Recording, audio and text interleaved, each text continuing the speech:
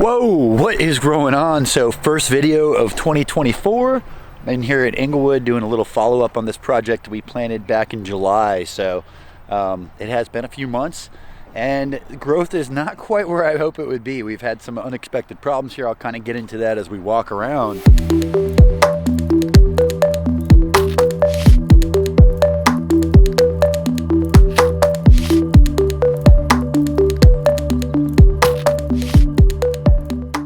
This is the one where we put the big wide driveway extension for the camper. As you can see, the Airstream is here now. Firebush is definitely a little bit on the spindly side. Really surprised that hasn't filled in more. We're going to be doing some pruning on them, hopefully getting them to kind of rejuvenate and come back more at the bottom. We just talked to Sam about that a little bit. Citrus over here on the edge, underneath the oak trees.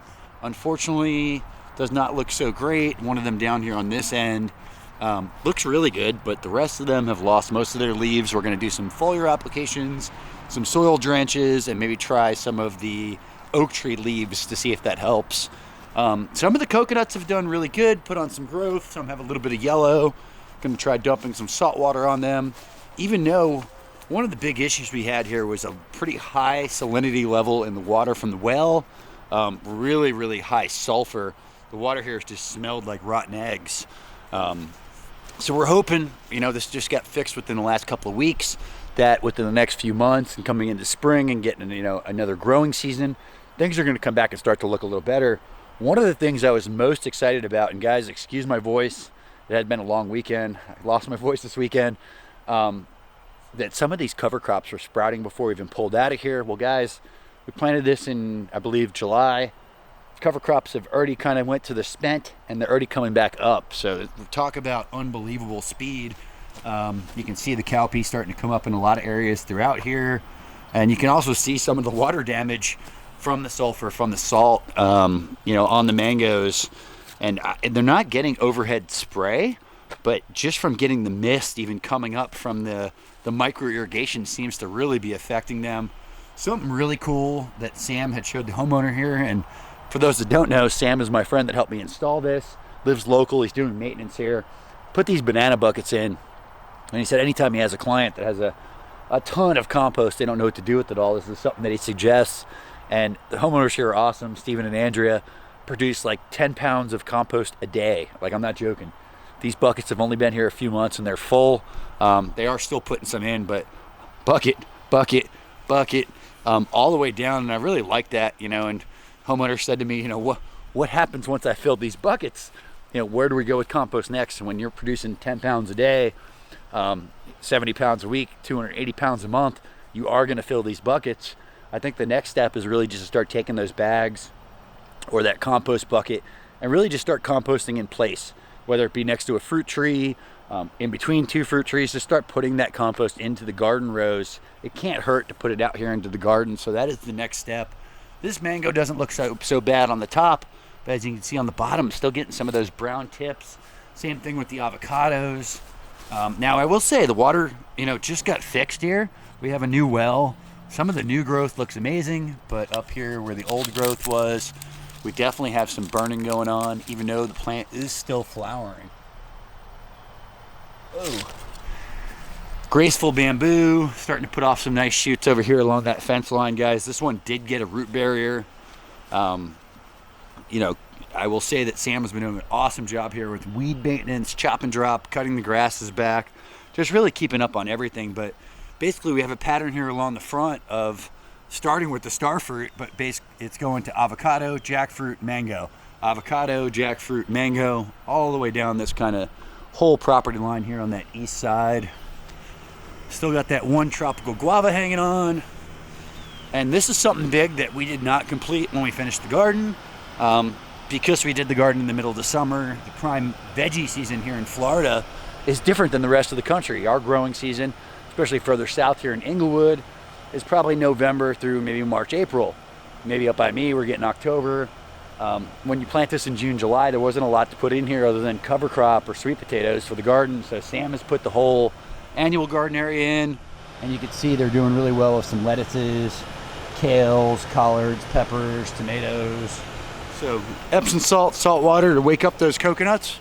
Yeah, that'll help. Just talking about the veggie garden over here. So this is already pumping. This is only a couple weeks. Homeowners here are huge veggie gardeners, eat lots of greens. They said they've been super successful here with greens, less successful here with tomatoes than they are in Colorado. So a little bit of obviously a different climate growing zone here in Florida. Guys, the whole idea was walk out the back door, zone 1 veggie garden, zone 2 perennial garden, and this area is just rocked out. Longevity spinach, Okinawan spinach, sisu spinach, moringa, togan spinach, and what's really interesting is I have never seen these flower. I couldn't find any seed. I looked. I was hoping to see if I could find some viable seed on there, but that one isn't flowering yet. But this one down here, it just seems that skinny leaf variety is kind of starting to put off the flower. Pretty cool. Lots of Turk's cap hibiscus to be eating on the regular basis. The Thai dwarf and the world's best mulberries are coming in good. But look at the size of these lettuce trees. I mean, what? Yo, that thing's taller than I am. Can you all see that? So pretty crazy. Longevity spinach doing really good. Lemongrass, chaya, everything's filled in nicely along here. They're going to end up putting trellises on every one of these arches all the way down the center. Ended up swapping a couple of trees while I was here today. I actually had 2 loquats die, avocado, Suriname cherry, a calyandra, and something else. This guy is just pissed, probably getting a little bit too much wind, not enough protection. After kind of going over the site, we decided to put a couple of Mexican sunflowers around those and all the avocados to give them a little bit more wind and shade protection here going forward. But you can really see some of the damage from the water here. Leaf drop on the ground from the lychee tree. You know, that was either the sulfur or the salt that was really affecting it. Guys, we've already been at 43 degrees here.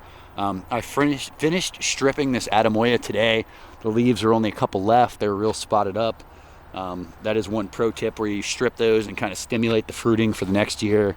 Montingia, obviously kicking some butt. Black sapote doing really good. And here's another one.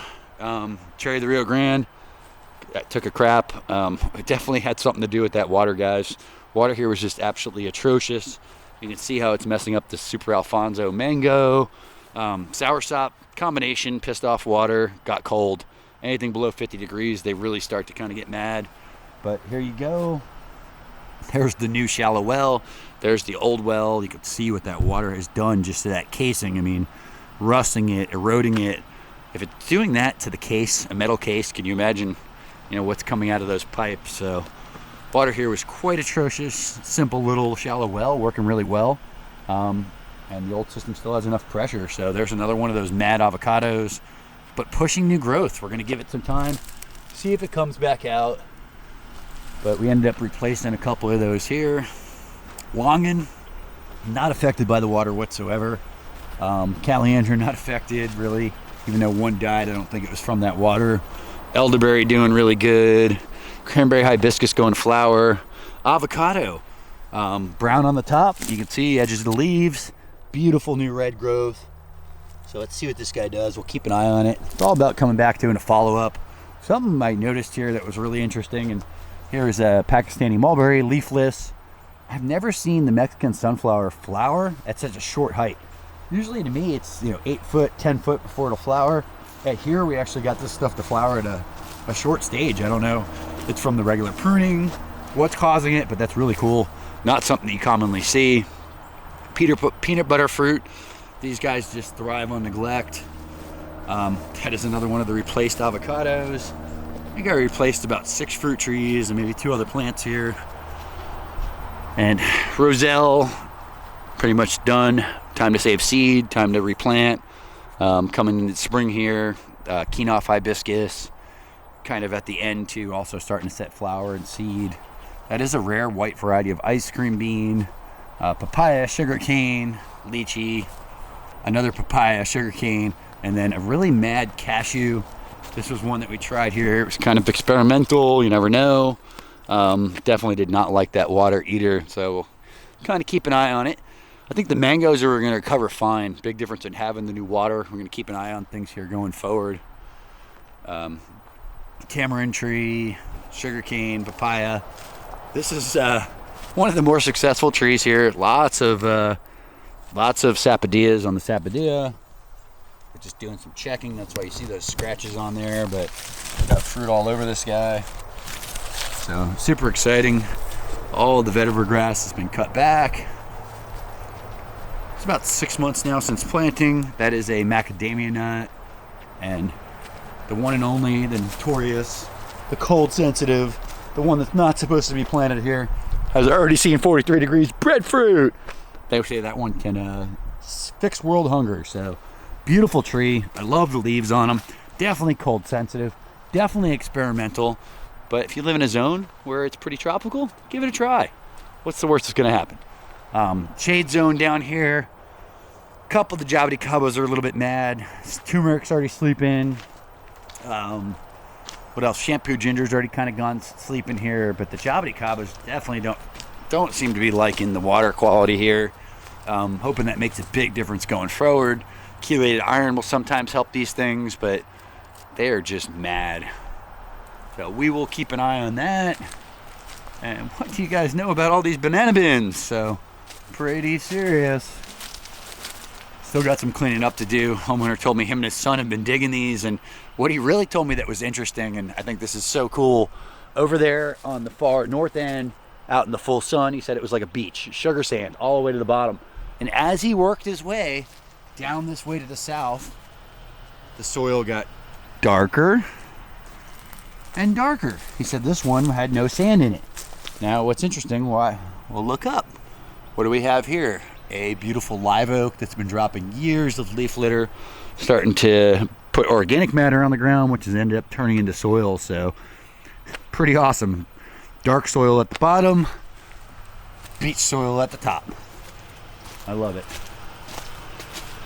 This is one of the mangoes we said that might hold some fruit this year. We'll see. We are getting enough chill hours to hopefully stimulate and get those guys flowering and fruiting for us. So I am still blown away by these edible leaf hibiscus. I was really hoping to find some viable seed here, but not this time. Unfortunately, I will be checking those next time I'm here.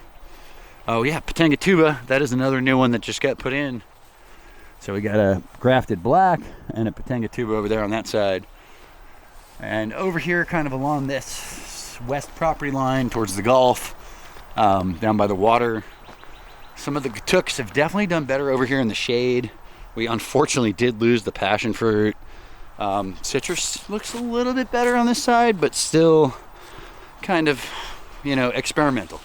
I'm pretty anti-citrus in most cases. Really don't like to waste money on it, but they really love citrus here. They eat a lot of citrus, so if they can grow citrus in Florida, a state that's been known for growing citrus in the past, they're going to give it a try. Another big katuk, and that's probably the better looking citrus over here on this side. And last but not least, stepping out into the front yard, 2 more cocos. These ones are doing a little bit better. This bamboo got beat up by the salt water and sulfur. Definitely a little bit brown leaves. I mean, that end where it's a little more protected, a little more full, and as we work our way down over this side, definitely a little more spindly, but we're really hoping since the water change out, everything's just going to come back. And I have to keep an eye on things, but a lot of things are pushing new growth and looking better than they were. And speaking of better than they were, 2 dead loquats I had to replace out here. So about 7 fruit trees, probably just from crappy water, we don't know, but we ended up changing them out here in the front yard too. We have a Christmas and a Yehuda. And over here on this side, the 2 Barbados cherries have brown tips, which is the real sure sign for us that this is a sulfur issue. Like I said, it smells like rotten eggs, or did smell like rotten eggs. These trees are super salt tolerant, so I don't think it was the salinity in the well that was causing these problems, but more of the sulfur in the water. But that's it. I'll be coming back for another follow-up here probably by the beginning of summer, like a 1-year follow-up. I'm hoping to get a good 6 months of warm season. Maybe we'll get some rains. Guys, we had the driest summer in history here on the West Coast. The East Coast had the wettest summer in history. It has been a super cloudy winter, so weather has been funky. Things have been a little bit weird down here. Stay tuned. Guys, it's 2024. Start a garden, start a food forest, pound dirt.